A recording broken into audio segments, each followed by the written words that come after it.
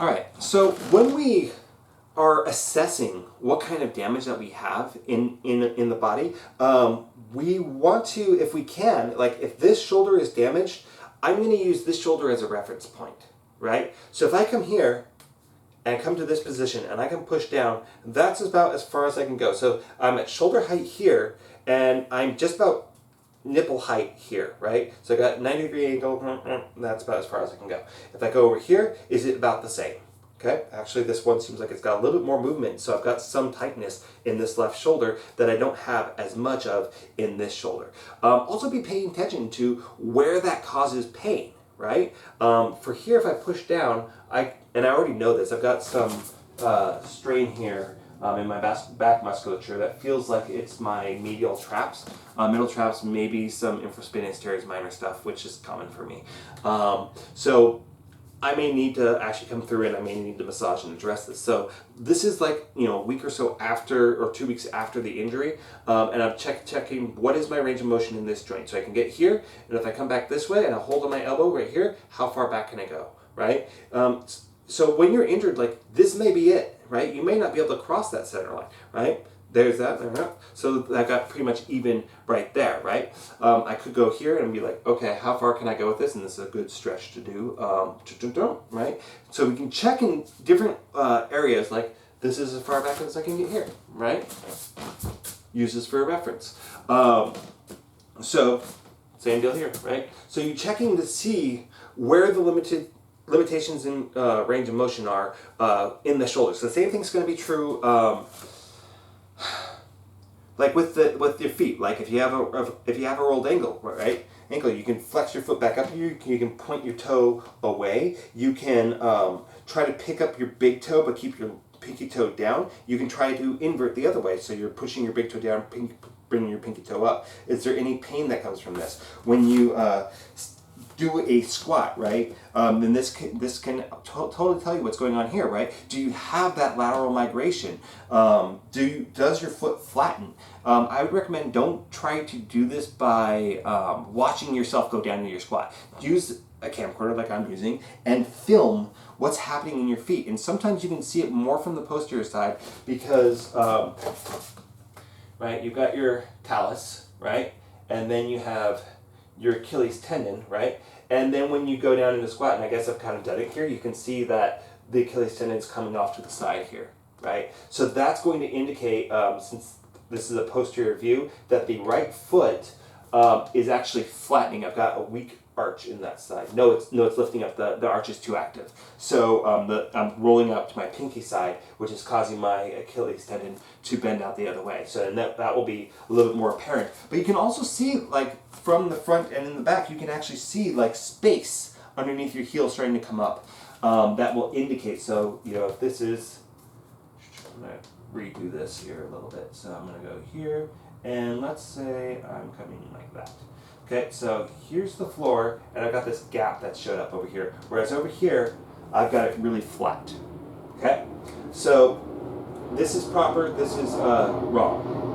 Okay, but the thing about this is it's usually not going to be like this. You're going to see that. Okay, am I right on that? So if I squat, and that's flattening out. I'm going to be moving out, so instead of a flat arch, that's going to be a high arch. So medial and external. Yeah, that's correct.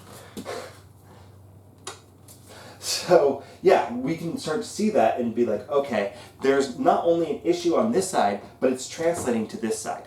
Okay, so again, if I have a rolled ankle, which actually I rolled my ankle while drunk at a party back when I was like 22.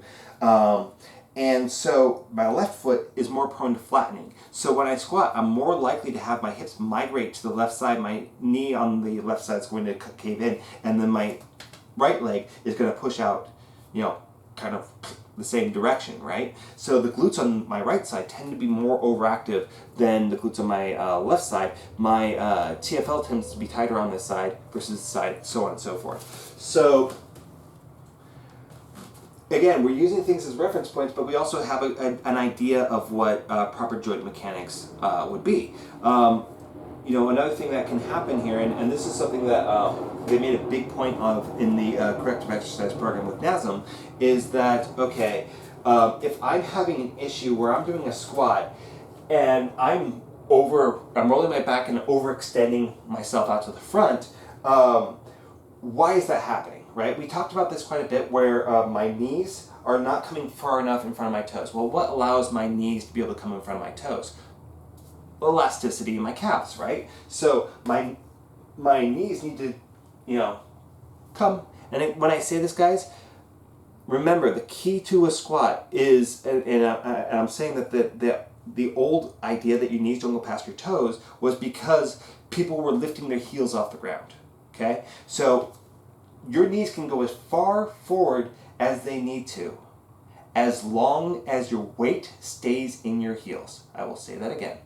Your knees can go as far forward as they need to, as long as your heels stay on the ground. Your weight stays in your heels, it doesn't move towards your toes. Okay? So no sissy squats, which is a horrible, horrible, stupid term for an exercise.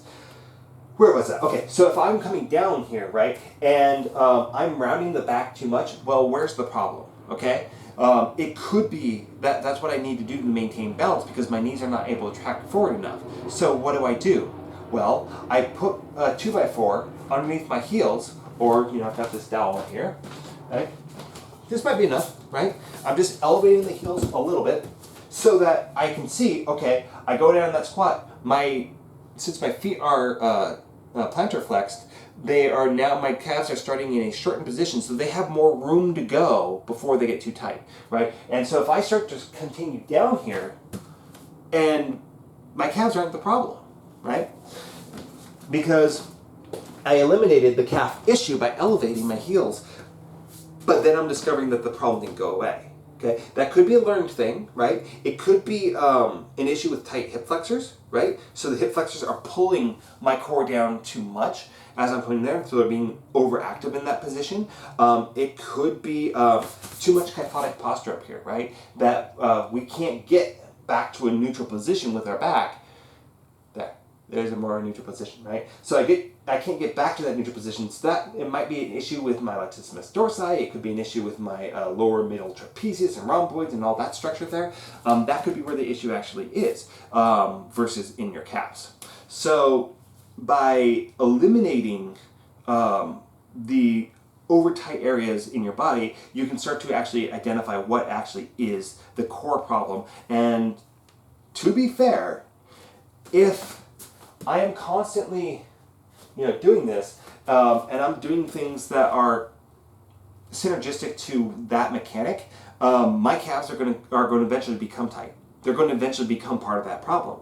So, what do we need to do? We need to identify it, and then we need to find where the adhesions are. We need to start developing flexibility in those areas. So, when we talk about, knee injuries, actually, let's talk about rotor injuries, because hips and shoulders are going to be the two most common or complex versions of injuries that you can have because you got that ball and socket joint. It's got so much movement to it. So if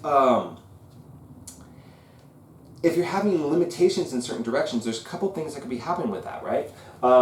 Instead of my head of my humerus sitting like this, because of the muscle imbalance, it might be sitting a little bit more like this, and it might not be able to get into the position that it needs to go into to provide full range of motion, right? So a lot of times when we are addressing like an overhead press, and you can't get your bicep to your ear, right? You can't get into this tall position here, guys. That could be your latissimus dorsi pulling down, but it could also be that your shoulders risen up, right? So that lat might not actually be tight. It might be your trapezius that's tight, so it's pulling your lat into a more lengthened position, right? And then your lat has to extend further in order to get your arm all the way up. I hope that makes sense.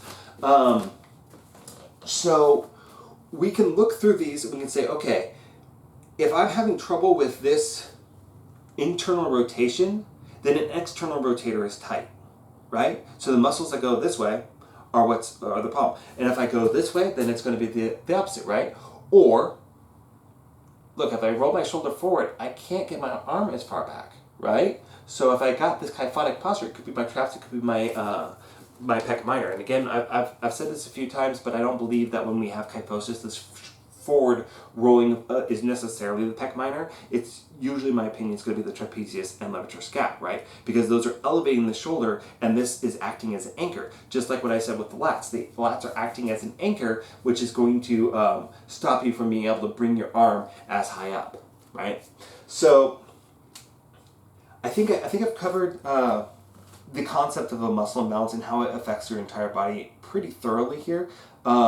It's a complex subject, and I haven't given myself an outline. I'm just doing this flying off the cuff. But so if you guys have questions about that, post that down below. It's really important that we kind of start to get this and understand it. Okay, and so knowing your anatomy, and you don't have to know everything. Right? When you get injured, you can do all your research there. Get the anatomy coloring book if you want to. I'm sure there's probably several out there. Or do Ken Hub and learn your anatomy there. They have a lot of their videos on YouTube now. To start going, okay, what's going on? What muscles in the shoulder are supposed to be doing what, and why are they not? Okay, how am I going to start to address this?